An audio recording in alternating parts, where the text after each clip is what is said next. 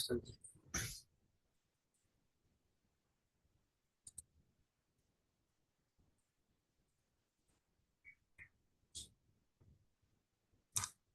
Assalamualaikum warahmatullahi wabarakatuh. Di sini saya akan menjelaskan cara mudah untuk melakukan uji Wilcoxon. Nah, dalam Wilcoxon ada beberapa pengertian, yaitu two related sample test pada hakikatnya adalah alternatif dari uji statistik parametrik paired sample t-test atau uji dua sampel berpasangan, yaitu analisis yang melibatkan dua pengukuran pada subjek yang sama terhadap suatu pengaruh atau perlakuan tertentu. Uji ini biasanya dilakukan pada subjek yang diuji untuk situasi sebelum dan sesudah suatu perlakuan atau proses. Nah, uji ini juga dilakukan jika data tidak didistribusi normal. Analisis ini dapat digunakan untuk tipe data nominal, ordinal, dan scale atau interval dan rasio.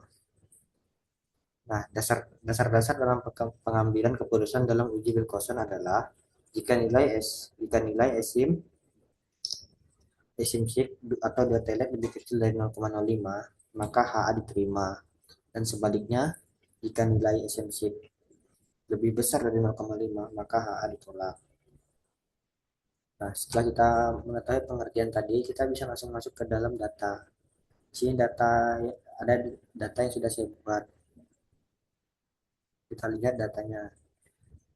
Untuk pada pengujian yang pertama, itu pada start.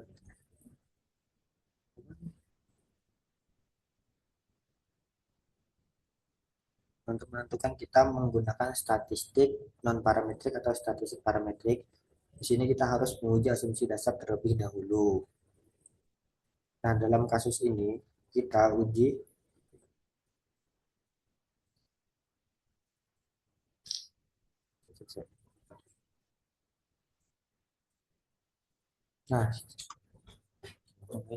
Nah, setelah kita mengerti pengertian tadi, kita langsung masuk ke dalam data yang sudah saya buat. Nah, setelah kita masuk data, kita akan melakukan uji yang pertama ya di sini.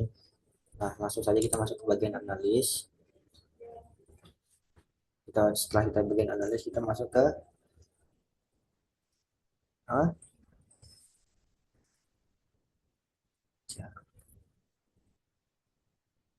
apa itu?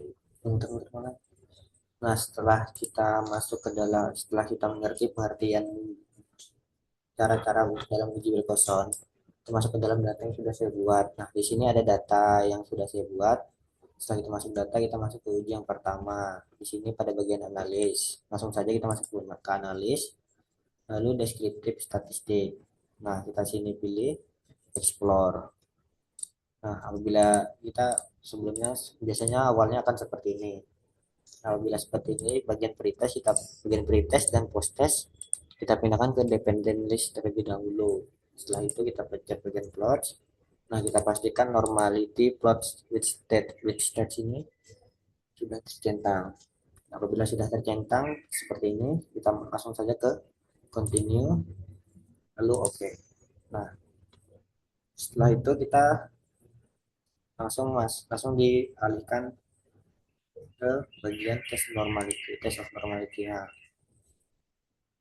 bagian test of normality, kita di sini ada berdasarkan data yang sudah saya buat tadi. Nah, untuk dasar-dasar pengambilan keputusan ini, kita bisa menghitung apabila nilai shake probabilitas itu lebih besar dari 0,05, maka distribusi data yang kita dapatkan itu tergolong normal.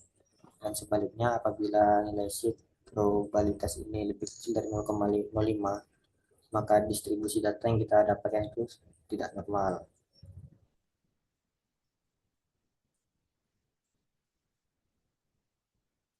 Nah, di hasilnya diketahui pada variabel pretest, setelah kita mengetahui pretest dan posttest ini lebih besar daripada 0,5, dua-duanya termasuk lebih besar 0,05, maka dua data ini kita bisa simpulkan tergolong dalam data yang normal.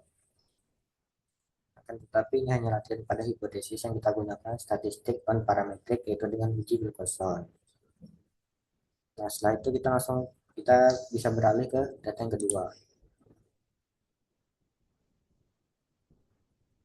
Data yang kedua ini kita kembali lagi masuk ke data yang sudah saya buat tadi.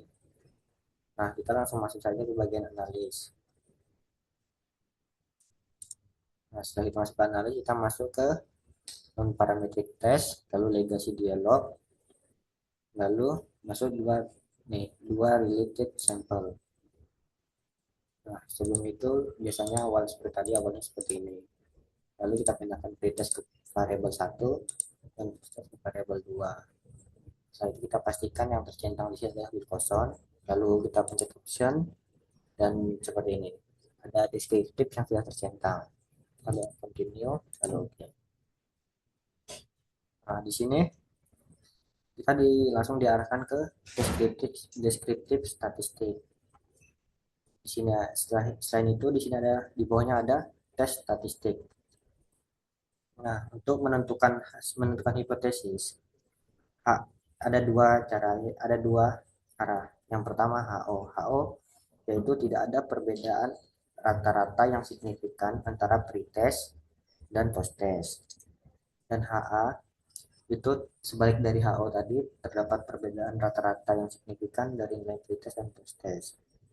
Nah, untuk probabilitasnya itu jika probabilitas asumsi itu tersebut lebih besar dari 0,5 maka HO diterima, dan jika probabilitas asumsi itu lebih kecil dari 0,5 maka HO ditolak.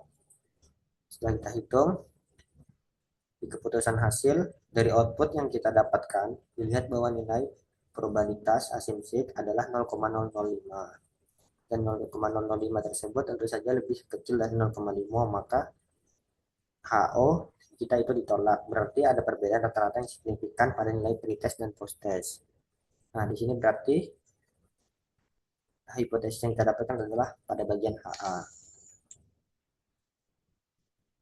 Dan setelah kita menetapkan dua tadi, kita masuk ke deskriptif statistik. Nah, di deskriptif statistik ini didapatkan hasil dari output di atas. Nilai rata-rata pretest sebesar 74,9 yang lebih kecil dibanding yang 74,9 tersebut merupakan angka yang lebih kecil dibandingkan dengan nilai rata-rata posttest yang sebesar 81,5. Sehingga dapat kita simpulkan ada peningkatan dari data pretest ke posttest dari hasil yang kita lakukan tersebut. Nah, sekian begitu cara mudah untuk melakukan uji coba Wilcoxon. Saya tutup dari saya. Sekian, wassalamualaikum warahmatullahi wabarakatuh.